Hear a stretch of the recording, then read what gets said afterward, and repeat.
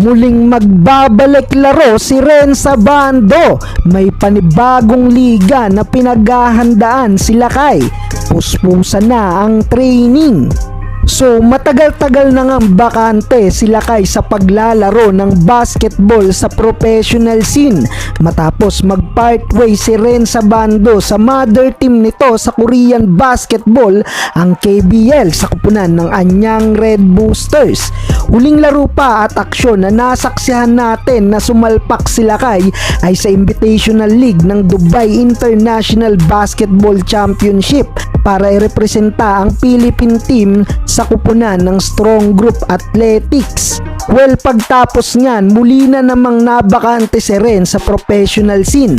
Maraming umasa na magbabalik muli ng KBL si Renza Bando matapos hindi na i-renew ng Anyang Red Boosters ang kontrata ni Javi Gomez Del Llano at binabalak na makuha muli ang serbisyo ni Renza Bando.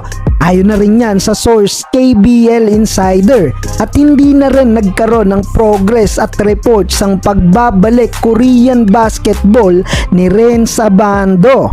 Pero sa pagkakataong to, muli na nating masasaksihan ang pagbabalik laro ni Bando dahil official nang maglalaro si Ren sa Motivated 3x3 Season 5. Sa mga hindi pamilyar, isa tong All-Star Summer League at founder ang kilalang social media influencer na si Rendon Labador. Typical 3-on-3 basketball at bawat teams ay consists of 6 players. Mostly ang naglalaro dito ay mga sikat na content creator or influencer. Well, maganda na ring pampakondisyon to kung sakaling hanggang ngayon nakikipag-negotiate pa si Bando kung saang liga maglalaro. At narito ang pasilip sa ilang clip ng shooting at ball handling skill practice ni Renza Bando.